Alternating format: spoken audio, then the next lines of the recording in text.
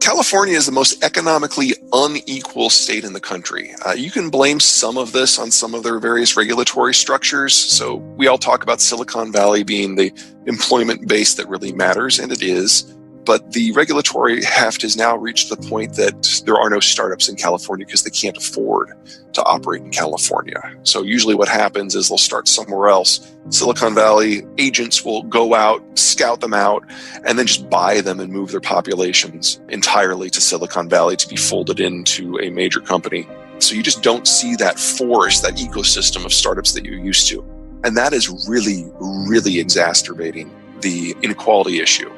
It's driven up prices because when you pay several $1 million to buy up a college student startup, that college student comes to California already being a millionaire, and all of his employees are all of a sudden already earning 6 digits, and they can afford to bid up house prices. So the homeless problem that we have in California, for the most part, is because people on the lower end of the income scale have simply been priced out of having homes. That has not yet generated a social crisis in California, but if this keeps up, it will. So that's problem one. Problem two is geographic.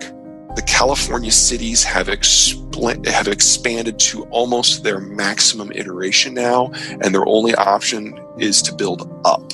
Now that's less true for, say, LA as it is for San Diego or San Francisco, but that has generated rents and property prices that are just extreme. And in San Francisco, where you've got vertical limits on how high you can build, it's become worse and worse and worse. So that's problem two.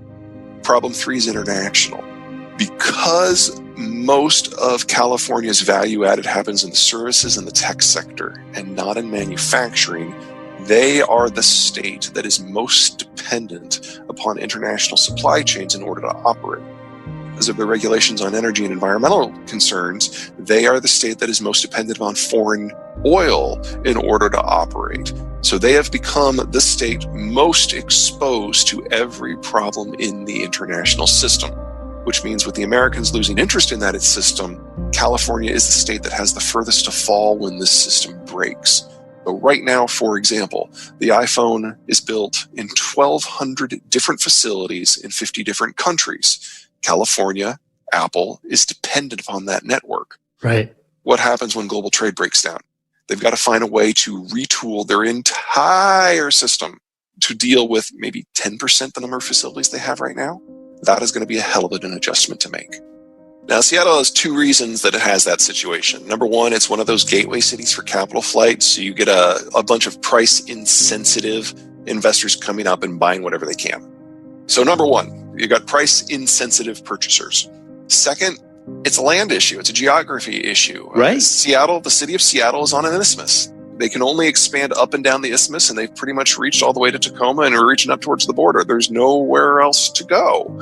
So if you can't build, you have to increase your price, and that squeezes everybody out. To a certain degree, that's what's going on in Manhattan. Can you imagine what Manhattan would be if Brooklyn wasn't there? There's just nowhere for the prices to go but up. On the flip side, this is probably more sustainable than what is going on in California.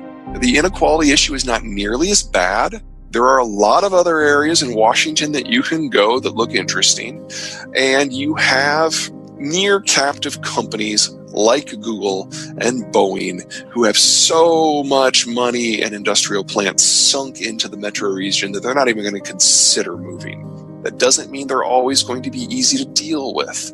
When the Seattle City Council tried to put a tax into place to generate more affordable housing, Seattle basically said, we will never add another job in Seattle again if you do this. Right.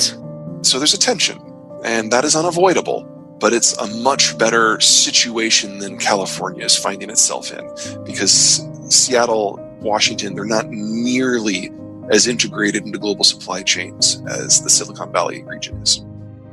Hawaii, you got to remember, it's got a small population. Half of them live in one city. And that one city basically has one east-west road that everybody has to live on. I mean, when your island is a part of a collapsed volcanic cone, you can't really go up. And so everybody's concentrated in this one tiny, tiny little footprint. So of course you're going to have price appreciation. Of course you're going to have horrible traffic. And because it's the first stop for the Japanese come to the United States, of course you're going to have a lot of foreign capital flight that goes into it. As long as the world is scared and or As long as Japan has money to burn, property prices in Honolulu are going to be strong and rising. I don't think it's ever going to come down. You move outside of Honolulu and you don't have a single market. You've got dozens, almost hundreds of markets on the edges of all of these islands that trade on their own mechanics.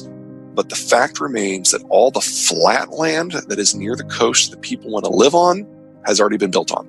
And so if you want to build there, you have to buy a pre-existing property, level it, and start over. And the regulations for that are a thicket that varies not just island by island and town by town, but oftentimes block by block. I just keep in mind that now that NAFTA has been renegotiated, the biggest question mark that was hovering over the Mexican economy has been resolved. And I don't think that ratification of NAFTA is going to face meaningful conflict in Congress. I think it'll be ratified this year. So the glide path or the flight path for the Mexican system looks pretty robust. And anyone who's integrated into that, it looks like they're going to do very well. Texas is the state, of course, that's going to benefit that most from that. The Great Plains state and the states of the I-35 corridor are second in line. And that is probably the part of the country that I think is going to be most interesting from an economic growth point of view moving forward. The website's www.zeihan.com, and the Twitter handle is @PeterZeihan.com. Besides getting on his newsletter list, he's someone you should consider as having a speaker at your event, since he can talk to so many things and just understand how everything overlaps, whether that's demography or energy or politics or economics or technology or security. And he's really going to help you and your audience prepare for an uncertain future. Peter Zeihan, it's been a real honor having you back on the show.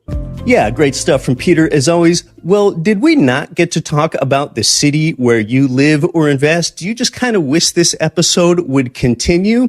Well, the good news is that there are a couple ways for you to scratch that itch. Peter was on with us last week, and he was also here earlier, a couple years ago, on both Get Rich Education episodes 101 and 114. The other way to learn more and immerse yourself in the world of Peter is again at zeihan.com. You might want to hire him as a speaker to go big picture at your real estate investing or other event. Next week here on the show, there is no guest. It's just going to be you and I as we get up close and personal with your real estate portfolio. How do you grow it, and how do you get financially free faster? Well, the good news about next week is that you're going to learn that chances are you're one of the hundreds of millions of people that already has money, and a substantial amount of your own money that you didn't even know that you had. That material fires me up. I can't wait to talk about it with you next week. Big thanks to Peter Zeihan today. I'm your host, Keith Weinhold. It's been my honor to bring you How America Works here on